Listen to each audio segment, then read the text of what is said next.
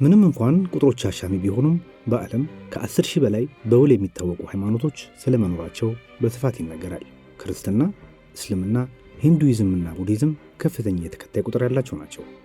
በእነዚህ አበይት የሃይማኖት ተቋማት እንዲሁም በእህሎቹም ውስጣዊም ውጫዊም ጫናዎች፣ ጥቃቶችና መገለል ሲደርስ መመልከት አዲስ ነገር አይደለም። አዲስ የሚሆነው ጫናዎቹን፣ መገለሎቹን፣ ፈተናዎቹን ተቋቁሞ ለሌሎች የጽናትና የምሳሌነት ቁንጮ ሆኖ መገኘት ነው።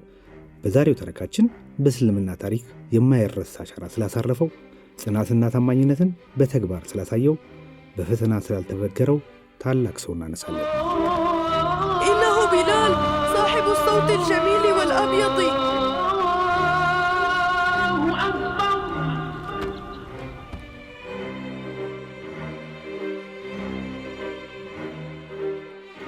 ሰላምና ጤና የምንመኝላችሁ የምሻለኪያ ቤተሰቦቻችን፣ በእስልምና እምነት ተከታዮች ትልቅ ቦታ የሚሰጠው የረመዳን ወር መጠናቀቂያ ነውና እኛም በእስልምና ታሪክ የማይረሳ አሻራ ስላሳረፈው፣ ጽናትና ታማኝነትን በተግባር ስላሳየው፣ በፈተና ስላልተበገረው፣ የዘራረጉ ከኢትዮጵያ ስለሚመዘዘውና ከባርነት ተነስቶ በእምነቱ ጽናትና በነቢዩ ሙሐመድ ሰለላሁ ዐለይሂ ወሰለም ላይ ባለው ታማኝነት ከፍተኛ ደረጃ ስለደረሰው አንድ ታላቅ ኢትዮጵያዊ እናወጋችኋለን።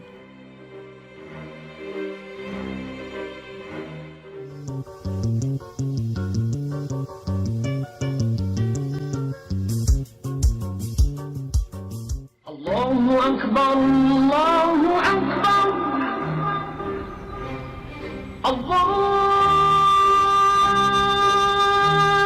أكبر الله በየመን ዙኑዋስ የተሰኘ የአይሁድ ንጉሥ ነበር። ይህ ንጉሥ በየመን የሚኖሩ ክርስቲያኖች ላይ በደል ይፈጽም ስለነበር አንድ ኢትዮጵያዊ ንጉሥ ክርስቲያኖችን ነፃ ለማውጣት ወደ የመን ይዘምታል። ዘመቻው በድል ተጠናቆ የየመን ክርስቲያኖች ነፃ ቢወጡም ንጉሡ ዘመቻውን በማራዘም ወደ መካ ቀና። ግና የመን ላይ በድል ያጠናቀውን ዘመቻ መካ ላይ ሊደግም አልተቻለውም። በዚህ የተነሳ አብዛኛው የንጉሡ ዘማቾች ተሸንፈው በባርነት ተፈነገሉ። በባርነት ከተፈነገሉት ውስጥ ሐማመህ የተባለች እንስት አንዷ ነበረች። ሐማመህ ልዕልት እንደነበረችም ብዙዎች ይጠቅሳሉ። ሐማመህ በመካው ባለጸጋ ኡመየህ ኢብኑ ኸሊፍ ቤት በባርነት ታገለግል ነበር። በያኔው አቢሲኒያዊት በአሁኗ ስያሜ ኢትዮጵያዊት የነበረችው ሐማመህ ከመርኮ በኋላ በባርነት ኖር በኑ ጁሙህ ከተሰኘ ጎሳ ከመጣ ረባህ ከሚባል አረብ ያኔው አጠራር ባሪያ ወንድ ልጅ ትወልዳለች። ይህም ልጅ ቢላል ኢብኑ ረባህ ነበር። ቢላል አልሐበሽ ይሉታል ሀበሻነቱን ሲያመለክቱ።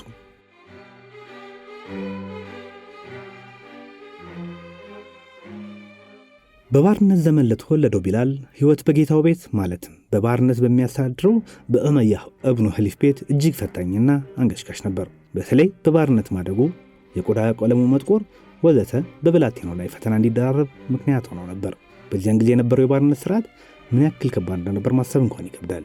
ሰዎች እንደ ንብረት ይቆጠሩ ነበር። ሰብአዊ ክብራቸው ተረግጦ ለከፍተኛ ስቃይ ይደረጉ ነበር። ቢላል እንግዲህ በእንደዚህ አይነት አስከፊ ሁኔታ ውስጥ ነው ያደገው። ቢላል ኢብኑ ረባህ እምነቱን እንዲክድ በተለያዩ ምክንያቶች ጫና የተደረገበት ጽኑ ሰው ነበር። ኡመይህ ኢብኑ ኸሊፍና ሌሎች የቁረይሽ ሹማምንት ቢላልን በሞቃታው የአረቢያ ፀሐይ ላይ ይጎትቱት ነበር። በደረቱ ላይ ከእርሱ አቅም የከበደ የጋለ ድንጋይ የጫኑም ይገርፉት ነበር። በዚያን ጊዜ በነበረው የአረብ ማህበረሰብ ውስጥ ባርነት አንገት የሚያስደፋ እጅግ የሚያዋርድ ድርጊት ነበር። ቢላል እንደ ባሪያ ተቆጥሮ ለባለቤቱ ማለትም ለገዢው ትእዛዝ መገዛት ነበረበት። ይህ ሁሉ የሚደረገው እምነቱን እንዲክድ እንደነበር የታሪክ ድርሳናት ያወሳሉ።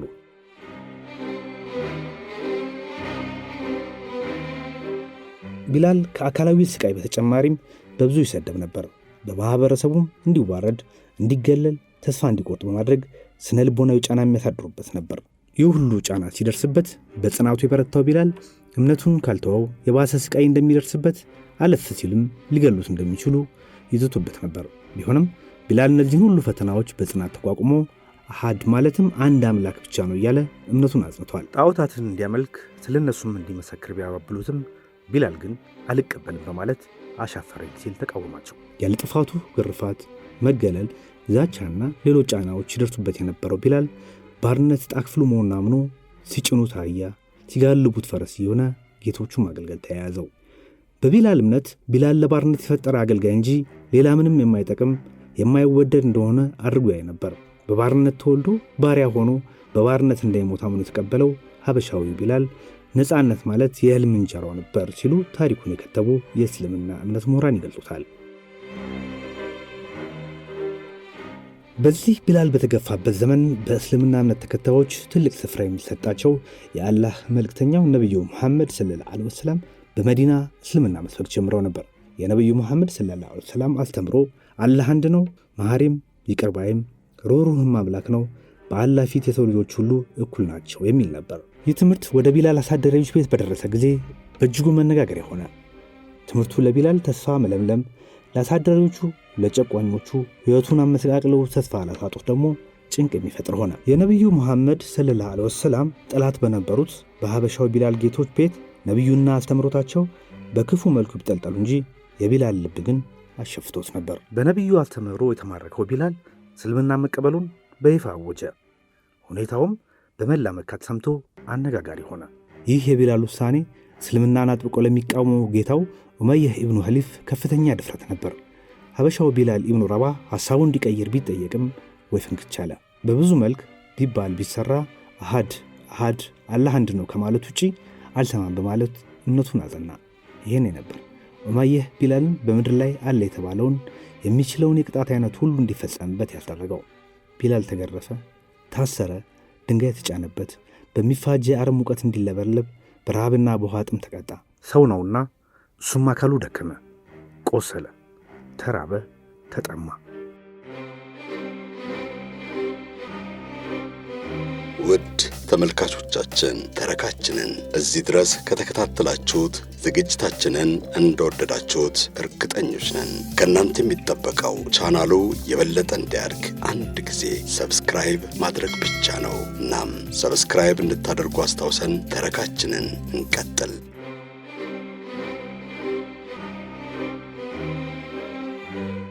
የሁሉ መከራና ስቃይ ግን የቢላልን እምነት ያረታ ጽናቱን ይፈታ አልነበረም።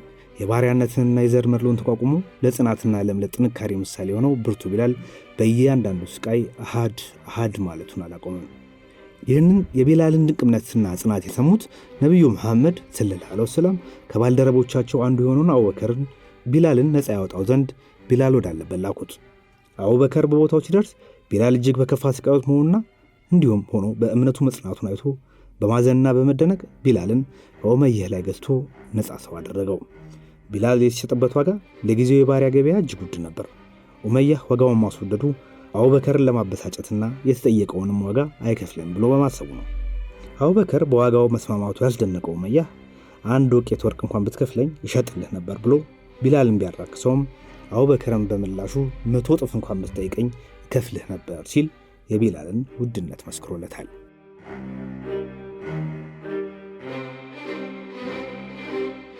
የኋላ ኋላ ቢላል ነፃ ወጣ። ነፃ ከወጣበት ጊዜ ጀምሮም ከነቢዩ መሐመድ ሰለላሁ ዐለይሂ ወሰለም ለአፍታም አልተለየም። ነቢዩ እጅግ ከሚወዷቸውና ከሚያቀርቧቸው ሰሃባዎችም አንዱ ነበር። በእስልምና እምነት ውስጥ አዛን ትልቅ ቦታ አለው። አዛን ምዕመኑ ለጸሎትና ለስግደት የሚጠራበት የማንቂያ ደውል ነው። በዚህ በአዛን ታሪክ ውስጥ ታዲያ የሀበሻው ቢላል አልሀበሺ ስም በግንባር ቀደምትነት በጉልህ ተጽፎ ይገኛል። ኢትዮጵያዊ ቢላል የመጀመሪያው ሙአዚን እንደሆነም በብዙዎች ይታመናል። ተስረቅራቂ ድምፅን የታደለው ቢላል አልሀበሺ አዛን ሲል የምዕመናኑን ቀልብ ይማርክ እንደነበር ታሪክ ይመሰክርለታል። አላሁ አክበር አላሁ አክበር አላሁ አክበር።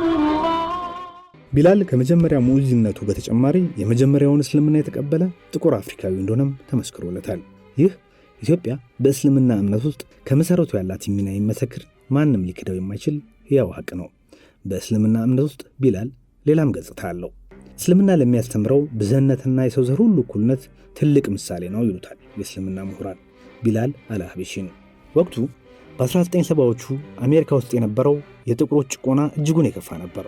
ሰው በቆዳው ቀለም ተለይቶ የሚስተናገድበት ሕጋዊ አሰራር የነበረበት ጊዜም ነበር። የቢላል እስልምናን ተቀብሎ ከባርነት መውጣትና እስልምና ከሚያስተምረው የሰው ዘር ሁሉ በአላህ ፊት አንድነት ብዙ ጥቁሮች እስልምና እንዲቀበሉና የቢላልን ፈለግና ምሳሌ እንዲከተሉ አድርጓቸዋል። ኔግሮ ብላክ ወይም ጥቁር አፍሪካ አሜሪካውያን ከሚሉት የማሳነሻ መጠሪያ ይልቅ ራሳቸውን ቢላላውያን ብሎ መጥራት የጀመሩትም በዚህ ምክንያት ነው ይላሉ።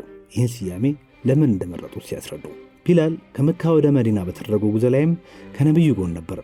በእስልምና ታሪክ ውስጥ በተደረጉ ታላላቅ ጦርነቶች ተሰለፈው ቢላል በበድር ጦርነት የቀድሞ አሳዳሪውን ኡመያህ ኢብኑ ኸሊፍን መግደል ችሏል። ቢላል ከነቢዩ ሙሐመድ ሰለላሁ ዐለይሂ ወሰለም ጋር ብዙ ደስ የሚሉ የደስታና የሐሰት ጊዜያትን ቢያሳልፍም ከነቢዩ ረፍት በኋላ ሕይወቱ እጅጉን በሐዘን የተሞላ ነበር። ቀሪ ሕይወቱን በከፍተኛ ሐዘን ውስጥ ያለፈው ታማኙና መለሸጋው ሙእዚን በመጨረሻም በ64 ዓመት ዕድሜው ሶሪያ ደማስቆ ውስጥ አርፏል።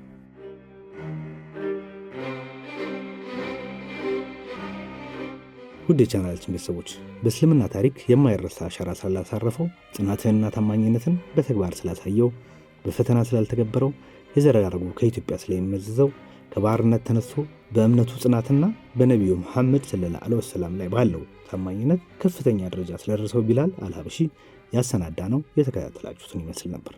መልካም ጊዜ በያላችሁበት።